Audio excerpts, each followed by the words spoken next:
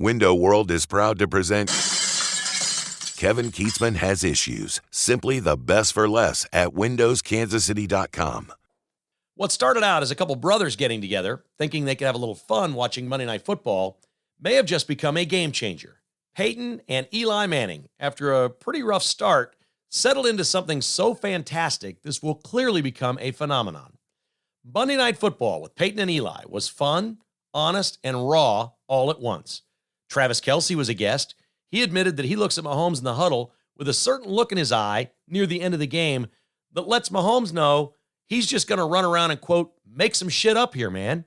America got a chance to hear what we in the media have always known. Football isn't as scientific as they say. It's always chaotic. And when you get right down to it, it's fun to make fun of guys who do dumb things. This was all that. Good news for Kansas State quarterback Skylar Thompson, as the Cats coach Chris Kleiman says he expects Thompson will be back this year. It may be a while, but it looks like Thompson will play again. In the news, America's boiling over with Joe Biden protests. From demonstrations on the Brooklyn Bridge, to ballparks, signs hanging everywhere, to Long Beach, California, where Joe Biden spoke on behalf of Gavin Newsom Monday. Signs, shouts, anger, they're all the order of the day. As inflation roils, America failed in Afghanistan, illegals pour in, 30 new taxes are on the way, and millions will be given amnesty. It's almost fall, but America is hot. And we've got a song to play for you on this episode, sent to me from a listener. It's just called Joe. I think you'll like it. It's all brought to you by Roberts Robinson, Chevrolet Buick GMC in Excelsior Springs. I was at the dealership yesterday, had a nice chat with Tim Trader on the showroom floor. Like so many dealerships, their inventory is not what it once was because of the microchip shortage, but they can help locate a car for you or have one built for you. They've also got some great cars at Roberts Robinson, Chevrolet Buick GMC. If you'd like to work with Tim directly, just give him a call. Go on the website, check him out, robertsrobinson.com. Easiest way is do like I did. I got a new Chevy Blazer that's turning heads everywhere I go. People look at it and don't know what it is. And I've not seen one the same color. It's pretty cool. It's called Pewter Metallic. People look at it and they look at it and they go, what is that? Man, that's a nice looking car. I think you'll like it. Or maybe you're looking for a new Silverado or Sierra. They'll have it built for you, sent right to the dealership or right to your home. Just call Tim and work with my friends at Roberts Robinson. They just make it easy for all their customers with Chevrolet. Find new roads.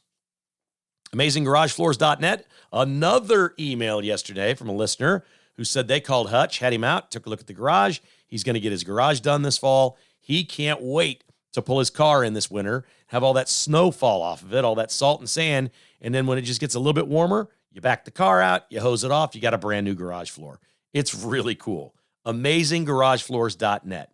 Hutch is a great American patriot. He served with honor with this country. He can seal your driveway for pennies on the dollar of what it would cost to repair it and protect your driveway for years. With one application, he can do this in just a couple of hours. Give him a call at Amazing Garage Floors to either seal your driveway or get that amazing garage floor. 913-901-7139. Online at AmazingGarageFloors.net.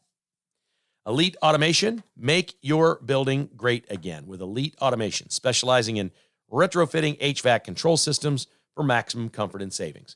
This is not a new HVAC system for your building. This is a new control system that makes it run more efficiently.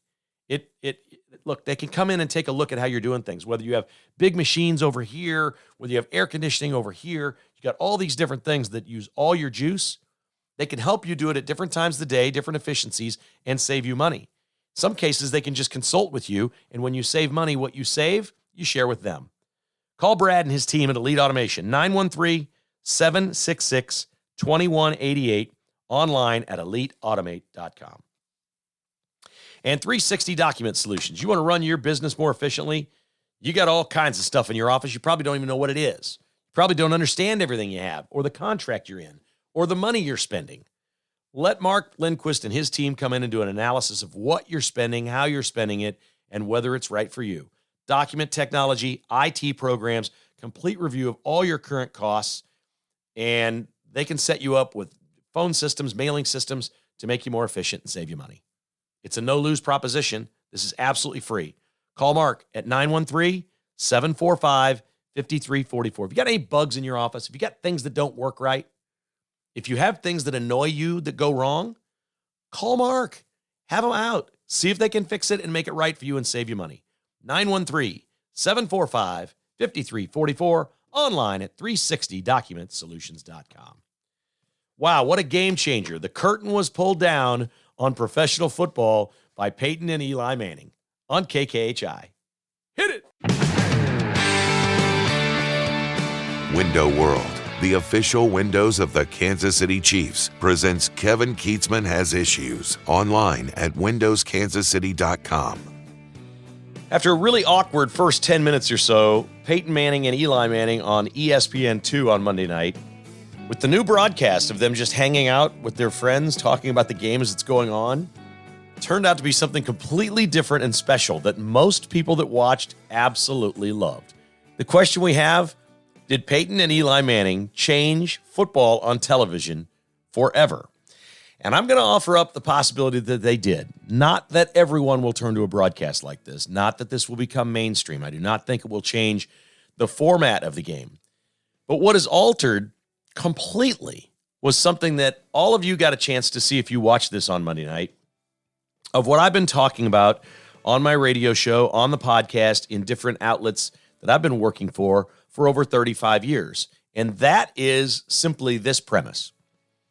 Coaches, players, schemes, systems, playbooks, all of this stuff that goes on in the National Football League and sports in general, baseball's the same way, most sports are this way, are simply not as perfect and complicated as you think.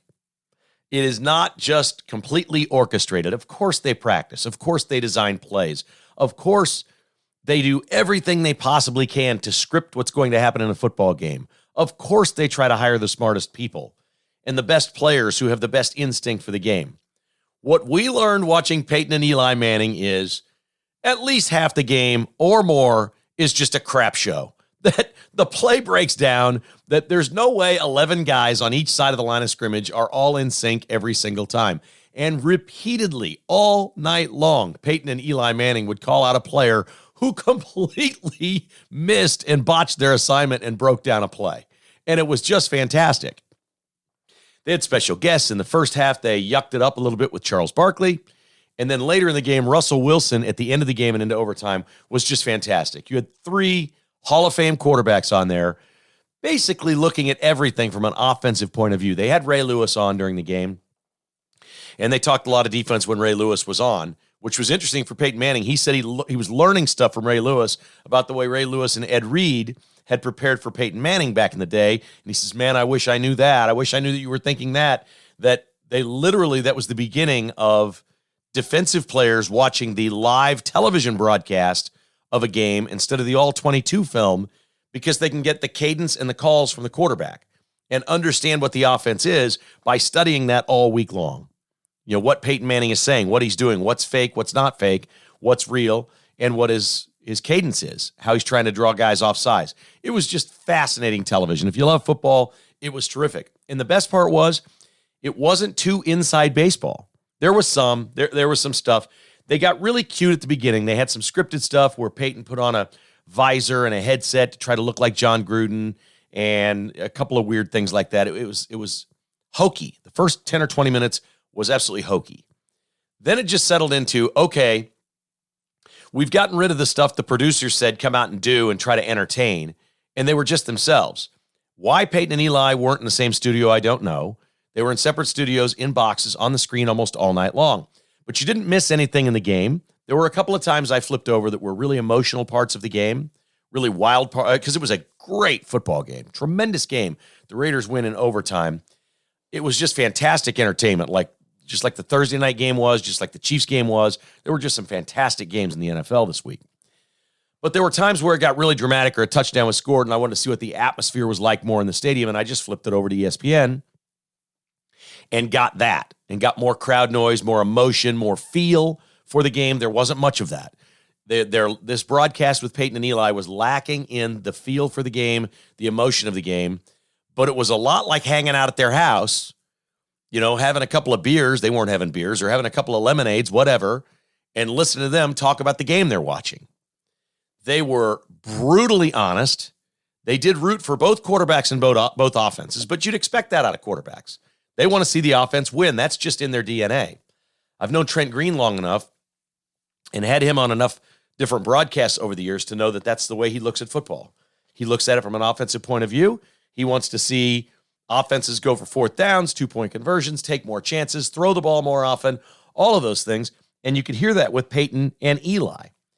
And the reason I think they've changed football on television is their honesty.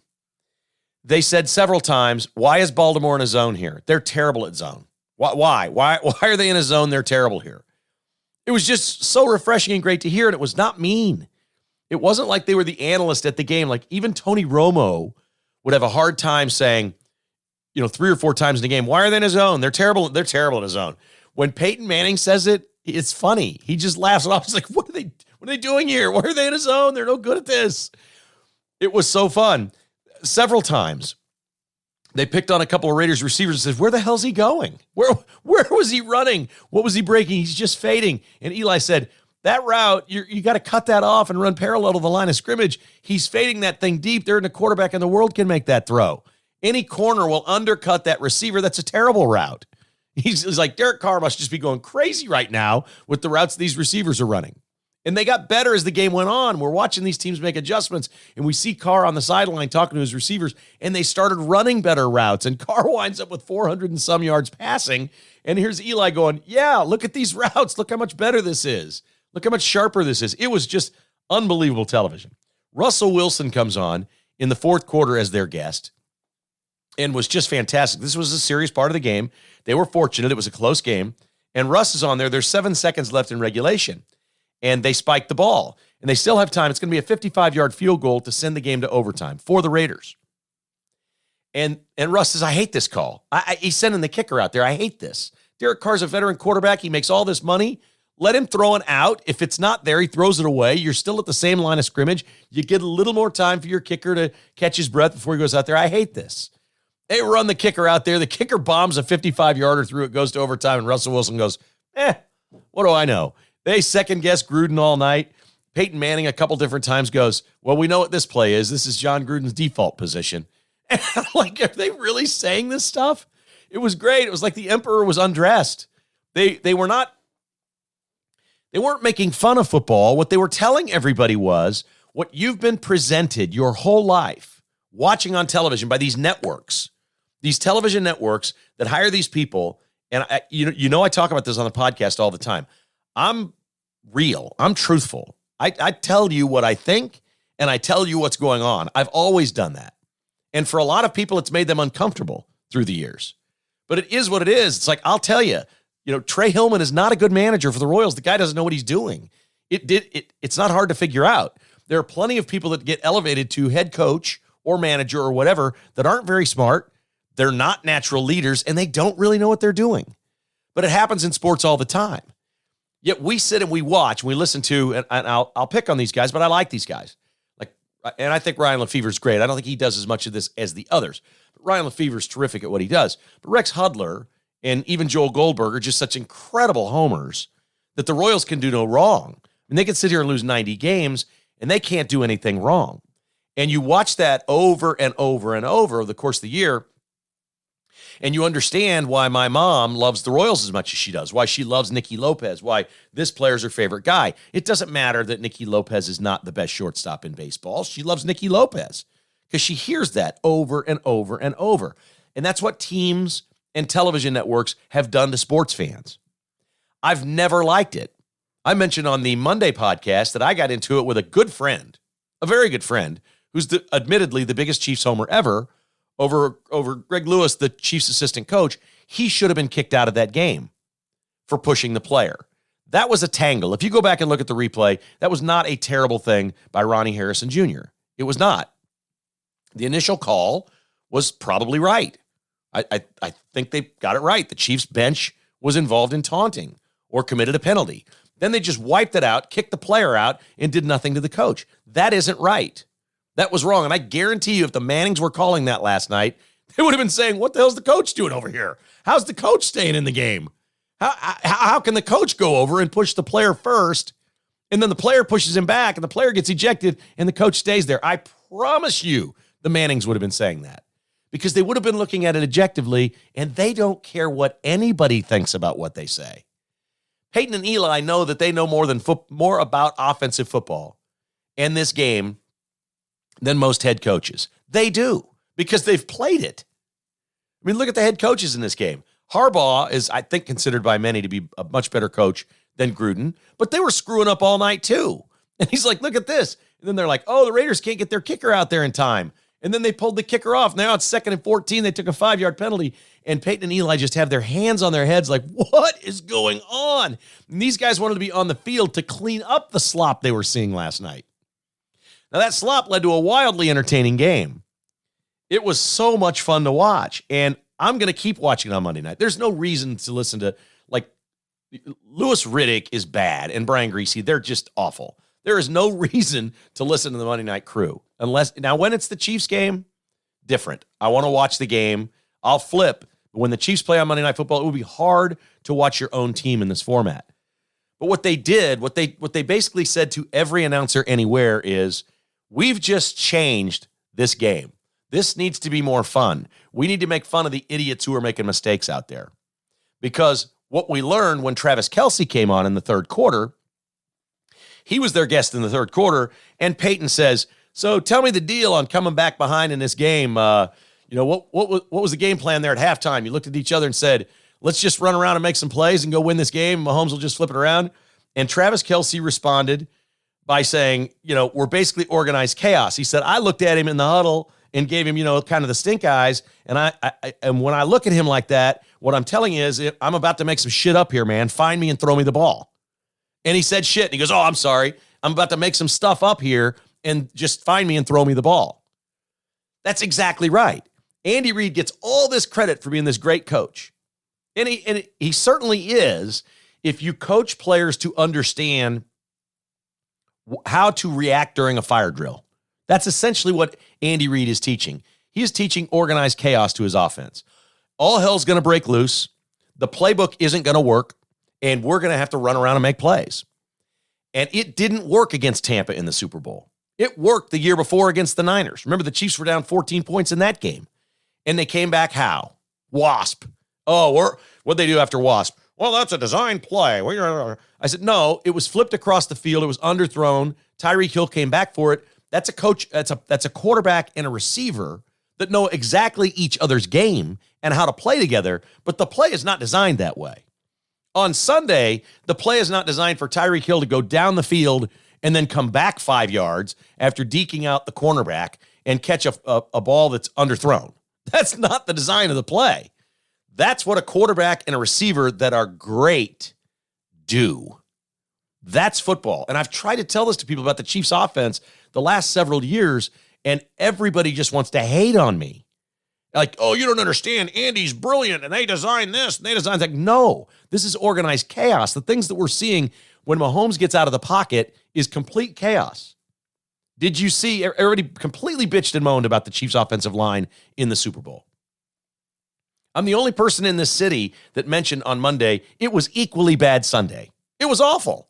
They couldn't run the ball. Mahomes was running around for his life the whole game. Oh, but they scored 33 points and won, so we're not going to bitch about the offensive line. The stats come out on Monday. This is before Monday Night Football. So we've had 30 teams play, which means 60 offensive tackles have played. Are you following me?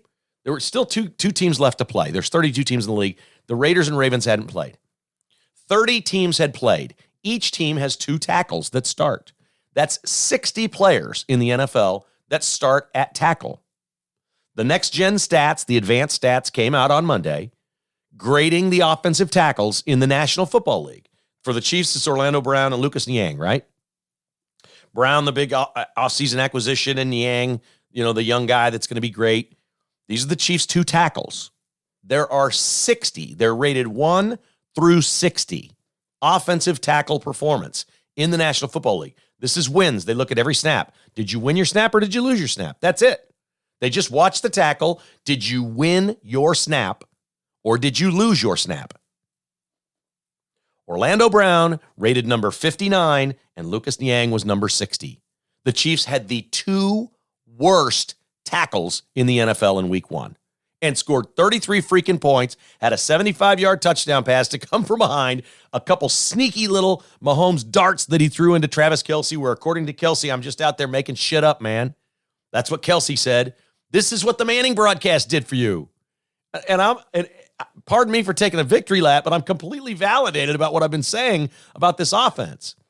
Of course, there are plays that are perfectly executed.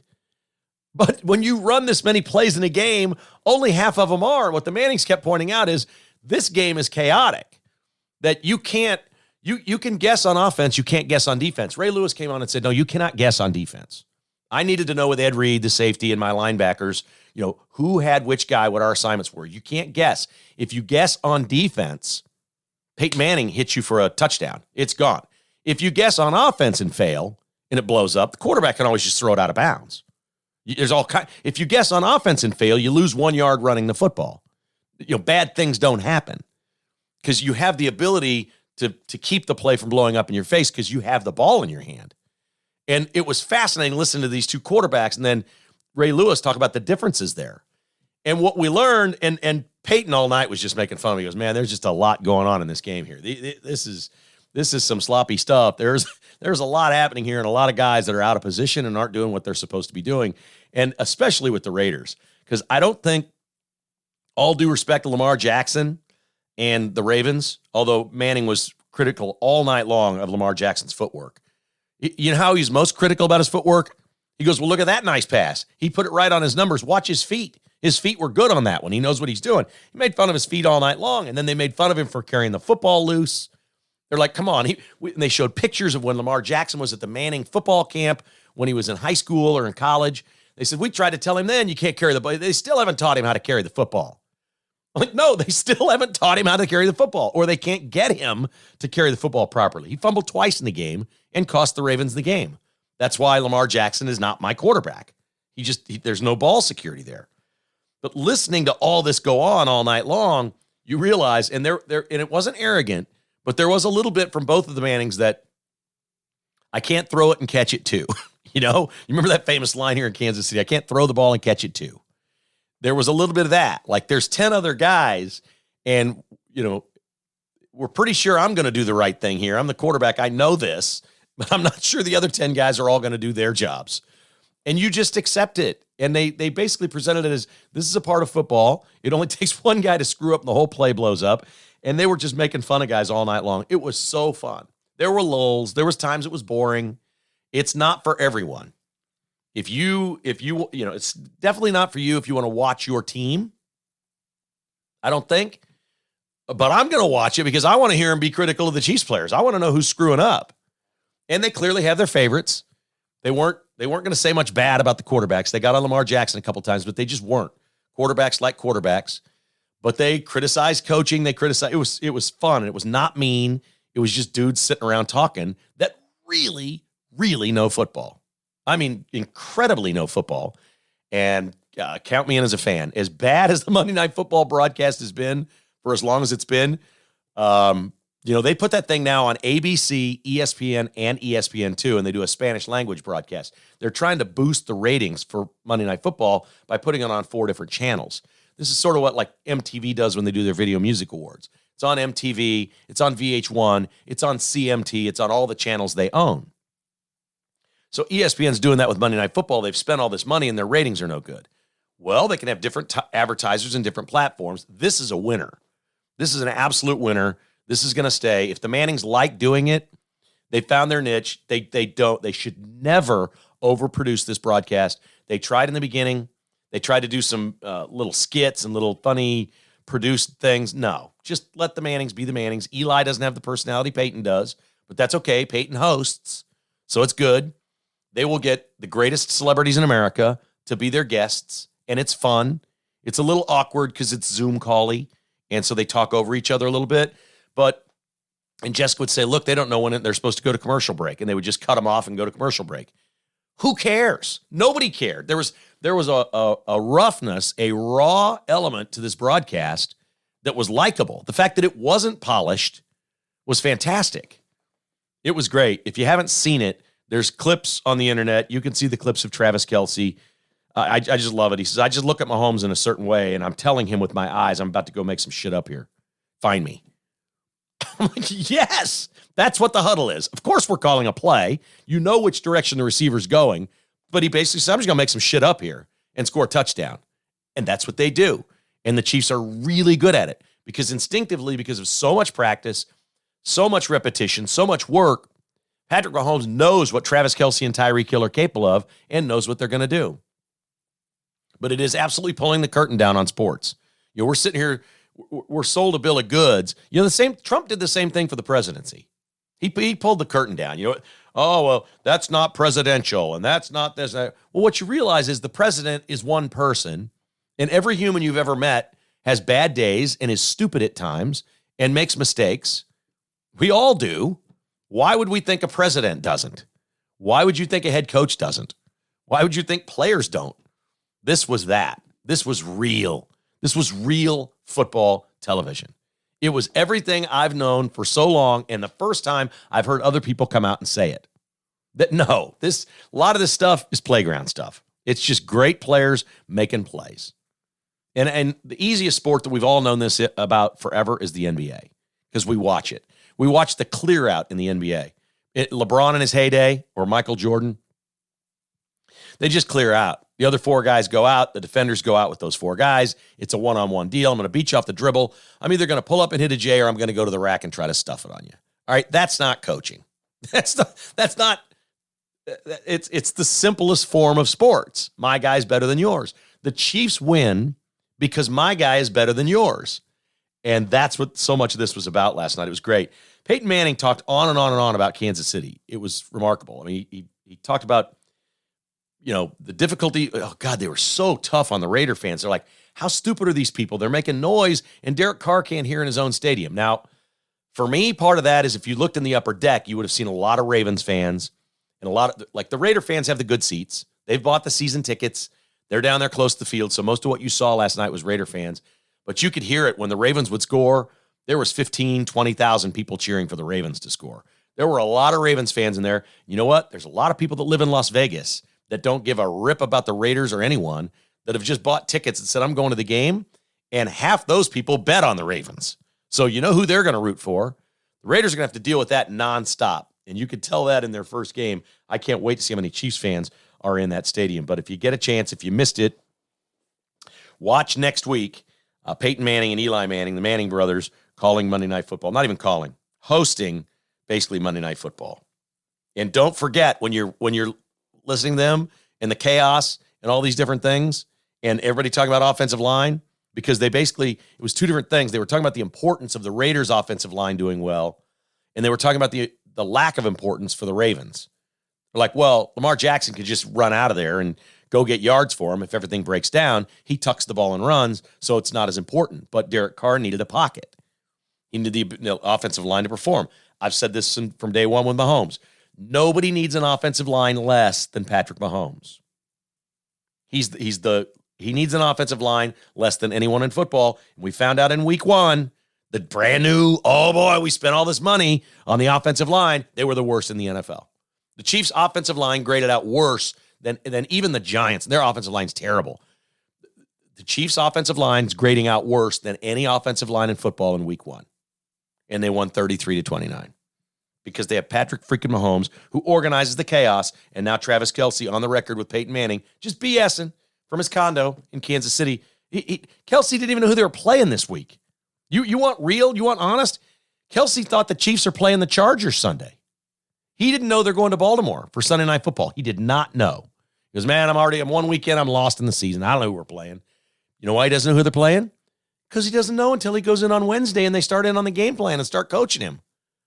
It's just great television because the players don't know who they're playing next week or care. They show up to work on Wednesday, get coached, and go play. And there was a moment where they talked about some fundamentals, and Manning said, boy, that's some bad fundamentals right there. The route and the way this tight end turned. And, you know, he said, look, a lot of these guys didn't play in the preseason. And Kelce said, I love practicing in the preseason. I love playing in the preseason. All right. That way, when the game starts for real, I don't have to think about any fundamentals. I want my coaches to coach me up through training camp and in the preseason, so when the real game starts, I don't have to think once about a fundamental. They've coached it out of me by then. Any bad habits I've developed, they've coached it out of me. It was fascinating to hear him say that. And Travis Kelce does like coaching. He doesn't really care who they're playing this week. That's another indicator of what the Chiefs are now. They really don't give a rip who they're playing. Just, we'll come to work on Wednesday. We'll start our work week. You tell us who they are and who we're supposed to watch for. We'll go through the coaching process here, and we'll go beat this team. That's amazing that the Chiefs really don't care who they play every week. That they don't have anything circled. There's nothing there. The Chiefs are the team that's circled by the other opponents. It was unbelievable television. I couldn't stop. All right, a couple of other sports notes. We got news on late Monday about Skylar Thompson, the quarterback at K-State. He is expected to play again this year. That's fantastic. Good for him. Looked like he was out for the year when he went down with the knee injury. Doesn't sound like it'll be anytime soon. Chris Kleiman, the coach at K-State, says it could be a while. So I don't know if that's 2 or 3 weeks or 4 or 5 weeks. K-State's schedule is front-loaded, so this is bad for K-State no matter what. They're going to lose a bunch of games, folks. K-State's Will Howard's going to lose a bunch of football games. They've got a Nevada team that Stan Weber told us is one of the top 3 quarterbacks in the draft this year coming out. Nevada is probably going to beat K-State this week. Then K-State goes to Stillwater. Then they have Oklahoma and Iowa State in Manhattan. My guess is they go all 4 of those games without Skylar Thompson. And for my money, I think if they just went out and won one of them and got to 3-3 and Skylar comes back, I think you take that. The schedule softens up at the end. It's completely changed the outlook on the season. Skylar Thompson has won his last 2 games against Oklahoma, but it does not sound like there's any way he's going to be playing against Oklahoma. So we'll see. Maybe he gets back sooner than that, but Kansas State season's completely changed. All due respect to Will Howard, it's just completely changed because the quarterback position. It's going to be really hard for Kansas State. And at the Naval Academy, an assistant coach has been fired for not taking the vaccine.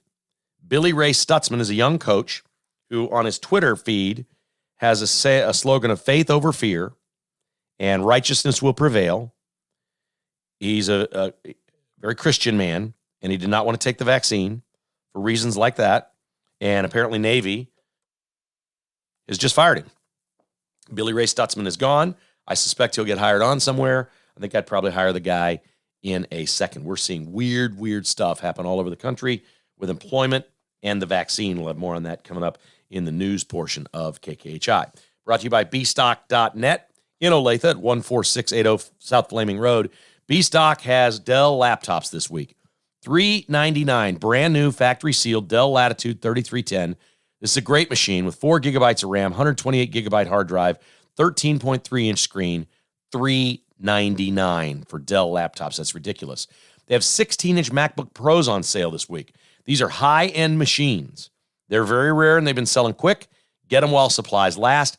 MacBook Pros at bstock.net. And OLEDs. These are the big shipments of TVs that came in from LG. It's their top of the line, like the 55-inch OLED LG CX55. It's a self-lighting OLED and perfect black with intense color, pro sound, magic remote. $1199. That is $300 less than Best Buy. Check it all out at bstock.net, 14680 South Flaming Road in O-Town. Pro Partners Healthcare in Leawood and the Northland. Dr. Troy Burns and his team of physicians would love to be your primary care providers. This is in addition to your insurance, or if you don't have insurance, a low-cost ability to make sure that you're healthy. When you're sick, you can see the doctor, you can get physicals and checkups, all of the things that are necessary, not catastrophic. All right, this won't be your cancer doctors. So if you need a catastrophic policy to go along with this, it's a great way to do it. You get direct primary care. It's health care for you at an affordable cost so you can stay healthy when you don't feel well. It's for everyone in your family. Check them out online at propartnershealthcare.com. Dr. Troy Burns and his team of physicians in Leawood and the Northland. Back Nine Development, a custom home builder. They also build commercial properties, room additions, condominium projects like the Solheim at Grand Mere in Manhattan. Back Nine Development is now giving tours of condominiums in Manhattan at your leisure. If you're headed up for game day, it's a great way to do it. Heading in from Kansas City, Wichita, wherever, Lawrence, Topeka, Manhattan, back9development.com. TJ Vilkanskis is a rock star in the building industry. He's got a great company. It's custom homes, high-end, really, really nice. You want to see the portfolio? Back9development.com.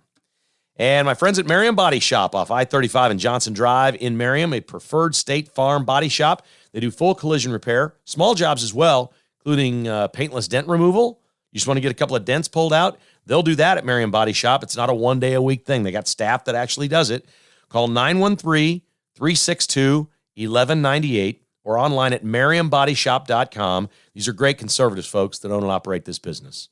If your car has any damage and repair, don't go to a corporate dealership. Get away from them. This is a great, locally owned body shop of conservatives. Trust me, like uber conservatives. MerriamBodyShop.com. They also do the newcarimage.com, custom detailing, better than new. These folks have a passion for cars and trucks like you can't believe. The newcarimage.com, now part of Merriam Body Shop. You're going to love the way, even if you're not dented up, they shine up your ride at the newcarimage.com. All right, this Biden chaos is everywhere. He goes to California to stump for Gavin Newsom, and all hell breaks loose. Thousands of people in the streets, anti-Biden people, along his motorcade route. Thousands of people. And it's unbelievable what's happening. F Biden signs, traitor, killer, blood on your hands, you suck, Trump won signs. It's vile.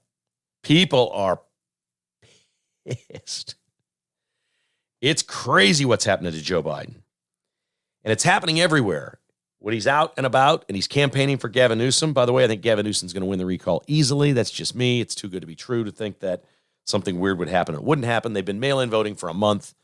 8 million mail-in ballots are already in. Are you kidding me? This thing's rigged from the start. We're seeing banners at games, Trump won banners. We're seeing viral videos of chants of F Biden all over the country, everywhere. In the streets, at sporting events, at concerts. America is mad. This is all good. This is all under the umbrella of good. I heard from a lot of you that you didn't like me saying that I didn't like the F Biden chant. I'm just telling you, it's not my style. Again, I like what they're doing. This is nonviolent. Nobody's getting hurt. It was pointed out on a viral video yesterday. A guy had his camera out and he goes, look at these thousands of people and all these signs. And here comes Biden and all these people are lined up. And they say, look at the way the police are handling this crowd. And he showed the police and they have their back turned to the crowd. They're like, we're not worried about those people. We're not worried about them at all. We're not facing them, confronting them, really worried that there's going to be a Capitol riot like George W. Bush apparently now is upset about, that our insurrection at the Capitol is the same as 9/11. Wow, George Bush has been just perfect on 9/11 his whole career, all of it, until he started comparing the Capitol riot to 9/11. Not good, as he did that on 9/11, and Democrats everywhere are loving George W. Bush for that. No comparison. Zero. I'm sorry. Which insurrectionist killed someone? Oh, that would be nobody. The person that was killed was shot dead by a cop unarmed. Ashley Babbitt, a former Air Force officer, not an officer, former member of the Air Force. So no, this is not going well. And people do not like Afghanistan, and they do not like inflation. And they don't like the idea of 30 new taxes in a $3.5 trillion bill. Almost unlimited amnesty coming if this thing gets passed. Joe Manchin in West Virginia now saying there are parts of this I can support. And if it's all the new taxes and the unlimited amnesty, we've got a huge problem. These people can still do irreparable damage to our country in the next 13 months if we don't find a way to stop them. The best way to stop them, not to scare him. You're not going to scare Biden that he's going to get hurt. He has to see it. When these people get out of their bubble and understand how different they are, and I'm talking about both parties, because there's a whole bunch of Republicans that do not understand the Americans out here. They don't. They don't understand people on the far right or the far left. And it's becoming more and more obvious that's the majority of the country. It's people that have gone wacko left and people on the right. And they're polarized and they're digging in, and the people in Washington just live in a bubble, and it's all the same old story. It's politicians grifting money off taxpayers, lobbyists, corporations, living their best life and not really being concerned about what else is going on out there. And we can see that. And the best you can do, the best that you can hope for, is that when Joe Biden is driving down the street in one of these motorcades, he sees all this anger. That he sees that, okay, but you know what? He's bringing it on. He's antagonizing these people. I think he thinks by antagonizing them and complaining about them and getting in their face that he can get them to stand down. It's only going to get worse. And I'm going to guess that they're so dug in on the left and in the Biden administration, it won't do any good, but it's worth trying. At least let them see it. At least let them know you're out here. I think Trump actually always knew that the people on the left were out there. And he separated some of the left issues. Like, I'm not going to sit here and get my panties in a wad over, your global warming display. I'm doing what I can. We've cut carbon emissions. We've got a clean pipeline. We're doing all the clean stuff we can do. I think Trump did a nice job with that. He made a point several times. Our air is cleaner than it's ever been. We're doing the best we can do. I hear you, but I'm not, this is not what you're all about. But there were also people on the far left that wanted to end the war in Afghanistan, and Trump was for that. This was a president that people on the left should have looked at and said, I don't like a lot of his policies, but he agrees with me on a lot of these things. My question is, what do people on the left agree with people on the right with at all? Is there any one thing? There is not one thing. They are so hardened and extreme and hellbent, there is not one issue where they say, okay, we got to be careful on these taxes here. This is too much government. This is too much government control. Mandating federally that companies have to have vaccine for the employees is just a little too far. We really don't have that right under the Constitution. Where do they ever bend to the right? They don't. But even Trump, who, as great as he was, and I've got no problem with it. I've got no problem with saying, look, our goal is to get out of Afghanistan. I think it's a fine goal to get out of Afghanistan. It just got botched by Joe Biden and his people, and we know that now. And I do think Trump would have done it orderly over time. If he'd been reelected, I think we would have done this orderly over time, and that would have been that. And, maybe we keep the air base. Maybe we keep, some intelligence officers and people in and around Afghanistan to keep Al-Qaeda from, festering like a sore like it's going to now. Maybe, the plan just would have been much better. I believe that. We could have also gotten out. We were down to 2,500 soldiers anyway. We were down to almost nothing the way it was.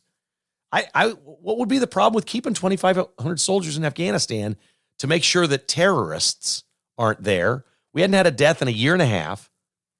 2,500 soldiers. We had our own government basically in place there, running the place, not running it well, but running the place, keeping the Taliban and Al-Qaeda at bay. What was wrong with that?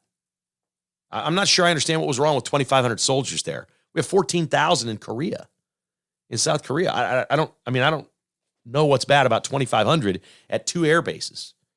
But that's just me. But hey, fine goal to get out. That's Trump saying, I agree with the left here. I want to get out of here. Okay. But when do these people on the left ever agree with anything on the right? They don't. And this bill coming down the pike is almost unlimited amnesty, 30 new taxes. America is mad. We had a march on the Brooklyn Bridge. We have cops not even paying attention to the Trump supporters who were just livid with Biden, screaming and chanting at him, all these signs and everything, where he pulled into this community college in Long Beach, California yesterday. The cops are like, these aren't scary people. They're not going to do anything wrong. It's the Secret Service's job to make sure some nut job doesn't come after the president. That's a whole different thing. You don't even see them outside. It's all, blocked off. And a lot of times they drive right into the arena. And no Trump supporter wants to hurt Joe Biden. We want to change Joe Biden. We want him out. It's just, they just don't understand. They don't understand. But I'll tell you, America is angry. And it's not just conservatives. Those are the people showing up at these things. But the people in the middle are like, what is going on? What is happening with this country? We'll have a song for you at the very end of the podcast that a listener sent in. It's called Joe. It's by a band called 5 Times August. It has the F word in the end of it. There's your warning. It's a few minutes away. But we'll play it for you, and I think you'll like it. It's just called Joe. As more and more art and music is coming out from conservatives about things that are wrong in America, I think you'll like this one. All right, we've learned this week that Israel is now they believe it is the most vaccinated country on earth, except for little teeny tiny countries. Tiny countries where there's like 700,000 people in the population. Maybe they've been better, whatever. But Israel is way up there. They cannot stop the virus. The vaccine is not stopping the virus. Their numbers are through the roof again this week. Their hospitalizations aren't bad. Their deaths aren't bad. But COVID is up. It's way up in Israel, despite the fact that they are way more vaccinated than America. Recent study shows that the efficacy of two of the vaccines are down to 74% and 67%. That means this was not, I think it might have been Moderna. Moderna is 67% efficacy. That means 1 out of every 3 people that get the shot, it will not keep you from getting COVID. It won't. You're going to get it. If you're exposed to COVID, you're still going to get it. They believe it keeps you from getting more sick from COVID, and that's great. This is not a vaccine. This is not a vaccine. This is a therapeutic. It's preventive medicine. It's like taking your vitamin every day. You take extra vitamin C, and you probably won't get a cold in the winter. That's what this is. Take it. It will help you when you get it, so it won't be as bad. That's what we're down to with this vaccine. And yet people have gone mad over how can you have a third of the people that take a vaccine still get COVID, and this is a problem of the unvaccinated. It simply is a lie. It is absolutely false. VAERS is the government agency about vaccines. It's the vaccine adverse effect reporting system is basically what it is. If you take a vaccine and you get sick, they ask you or your doctor to report it to VAERS. This is a government agency.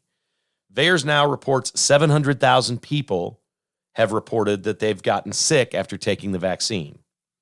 VAERS is now counting 14,000 deaths of people after the vaccine from the adverse effect. Again, you don't die from the vaccine, but if your heart explodes 3 weeks later after taking the vaccine, you get counted. If you're 57 years old, in generally good health, you had your physical 6 months ago, your doctor told you your heart's fine, you take the vaccine, and your heart explodes, they're putting you in the category of, well, this looks odd, they just took the vaccine, something really bad happened to them, and they died. That number is 14,000 in the United States. I am not going to sit here and tell you that's because of the vaccine, that the vaccine killed them. I don't know that. I don't know any of this stuff. I read about a study yesterday. They believe a nasal spray, an over-the-counter nasal spray, is now 95% effective in eradicating COVID from your body within 24 hours. They're doing a massive study to see if it's true. My guess is there's a whole bunch of pharmaceutical companies that do not want that to be true. So this is just so you know where I come from. I don't know the answers to any of this stuff. I'm living my life. You're living yours. I'm good with that. The fact that so many millions of Americans don't think like that is frightening to me.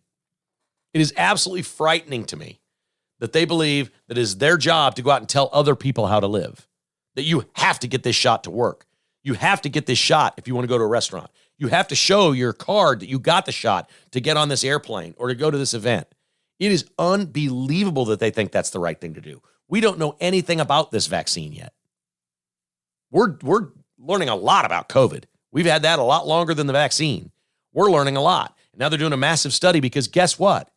In clinical trials, they found that a freaking over-the-counter nasal spray is 95% effective in stomping out COVID in 24 hours.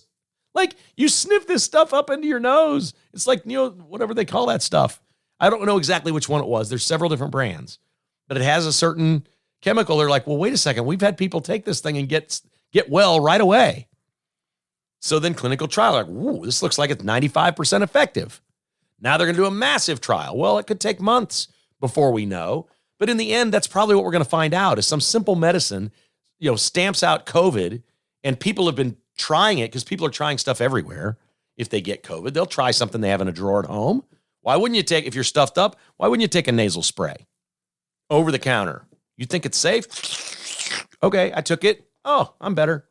And so that you tell people, I took that, you tell your doctor. Doctors are like, I've had 3 or 4 people tell me they took this stuff and they got better. And then the community knows that. And then they start doing trials, and that's where they are. And I don't know that it's as simple as that. All I'm saying is we've basically spent our lives thinking politicians are boobs, that we don't listen to them. We don't believe them. We know that they lie. We know they're self-serving. We know they're narcissists across the board, both parties. We know this about politicians, right? So why believe them? Why believe them on this? If we don't believe them on other stuff, why? We've always been skeptical as Americans of our politicians. Why are we believing them on this? And why are we only believing one side of the story? I'm not telling you I know. I just know how the world works. I know that politicians want power and control. Healthcare wants patience. They do. Doctors and hospitals want patience, and pharmaceutical companies want profits. And guess what? Guess what's happened for all three in the last year and a half with COVID? Politicians have gotten more power and control. Healthcare's gotten more patience, and pharmaceuticals have made bigger profits than ever. This is what they live for. This is their dream come true. They don't want a nasal spray curing COVID. Nobody would need a vaccine. Then if you get COVID, you go up your nose and you're good. They don't want that.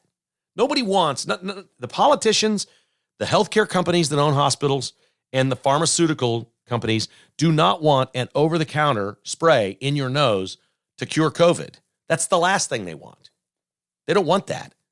They lose everything. All three lose. They're done. They're out of business. Politicians lose their control. Healthcare loses their patience, and pharmaceutical loses its profits. They don't want this. And all I'm saying is just look at it from that perspective just a little bit. I am not anti-vax. I want you to get the vax if it's right for you. I want you to. I'm so thrilled. I've said it many times that my mom got the vax. It makes her feel good. She didn't have any reaction to it. She's good. She's gotten a booster. She's happy with that. I'm happy for her because of that. I think she should take it. She's got an immune system that's compromised. I absolutely think she should have it and take it. And I'm thrilled that she has. It's different for everyone.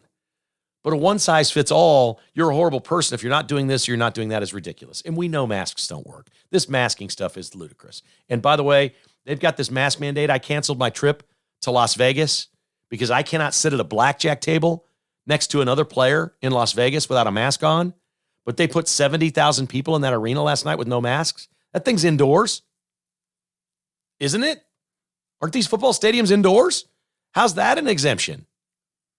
We have artists all over saying, I'm not doing my concert unless people show their vaccine card and wear a mask to my concert. Really? No thanks. I don't understand. Did all these people last night in Nevada have to show a vaccination card to get in? It certainly didn't look when I looked at the crowd, that certainly didn't look like a 100% vaccine crowd to me. I don't know about you, but it didn't look like a 100% vax crowd to me. Do you get me at all? I think you do. But that's where we are. We just have to say, we don't know. We'll live our life. I honestly think the decisions that I have made to this point have been perfect decisions for me. Excellent decisions for me. I can't make a decision for you. You wouldn't want me to. I'd be terrible at making decisions for you. I have no business making a decision for you. I got me, my wife, my dog. My kids are grown. They made all their own decisions. And they made 3 sort of different decisions on the way they've gone about living their life. I personally don't believe any of the 3 are at any risk whatsoever from COVID. 0. None. So I've not worried one iota about it. But for me and Jessica, we talked it over. We went the same route together. We're eye to eye on this. And once we found out our dog really can't get COVID, we were pretty good with stuff. It's good. We're good. We got this. And that's where we are. But make no mistake about it. We are a skeptical people by nature.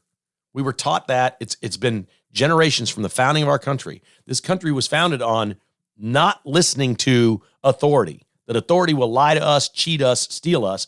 That is ingrained in the United States of America. I still have that in me. I, at first blush, don't believe politicians. I definitely don't believe in pharmaceutical companies. I know they will put together any pill that makes them money if they can get it approved. And I know that healthcare wants patience. And you know this because they call you repeatedly. Like my dentist won't leave me alone. I get texts to my phone. They want me to come. I'm like, I guess I could go get my teeth cleaned. But if I go in there, he's going to say, I got this little chip back here. It's going to be $1,100. No. I don't care about a little chip on a tooth you can't see. They say, oh, your fillings are pretty old. You get those like when you were a kid, those metal fillings, you shouldn't have them in there. I said, really? Is there a health danger? Are they loose? No, but we can put in new, more modern ones. I'm like, no. If one falls out, I'll come see you. What? We know how this all works, folks. Have just a little skepticism in your life. Just a little bit. Question things. Be serious. That's all I'm asking in America, is that people are just serious and not out there banging some drum for control or profit or patience. And that's all I've seen. All right, here's this song. I'm always hesitant to give out names, but a listener emailed this to me. You guys email me so much great stuff, and I wish I could use it all. It is a little cumbersome to edit all of this stuff and put it on the podcast. It takes time, and I like to get the podcast up at a certain time every day. So some of it makes it, some of it doesn't. You're going to like this. This song is called Joe. It's by a band called 5 Times August. And warning, there is an F word at the end. And I will tell you right now that Kevin Kietzman Has Issues is a production of Crooked Tail Media Incorporated, because it wouldn't sound right for me to edit onto the end of this song, my little closer that we have every day where my dog barks. So that will not be there, but this is a production of Crooked Tail Media Incorporated. And I would love it if you told your friends to listen to the podcast and let them know that Kevin Kietzman Has Issues. Enjoy this. The song is called Joe by 5 Times August. I just have one thing to say. Hang on here.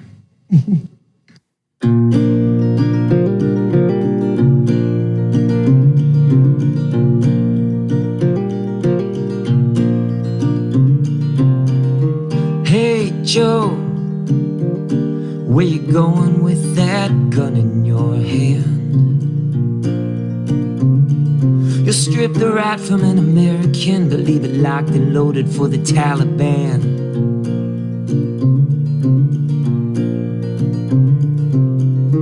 Hey Joe, where you going with that blood on your hands? I heard you say it was on the news. You're the president, the buck stops with you. Now there ain't no mommy and there ain't no dad, 'cause you wrapped them up in the American flag. 13 kids but you stopped the war, and there ain't no sense going back for more. 'Cause hey Joe, we did it, 81 million votes.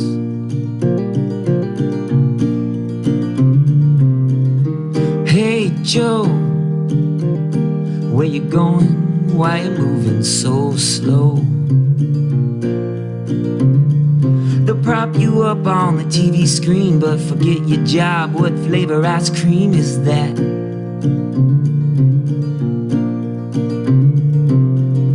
And hey Joe, where you going? Do you even know? Come on man, not a joke. Here's the deal, the country's broke. You ain't no leader and you ain't the boss. You wander around like you're fucking lost. So check your watch, turn your back, set us up for the big attack. 'Cause hey Joe, we did it, 81 million votes.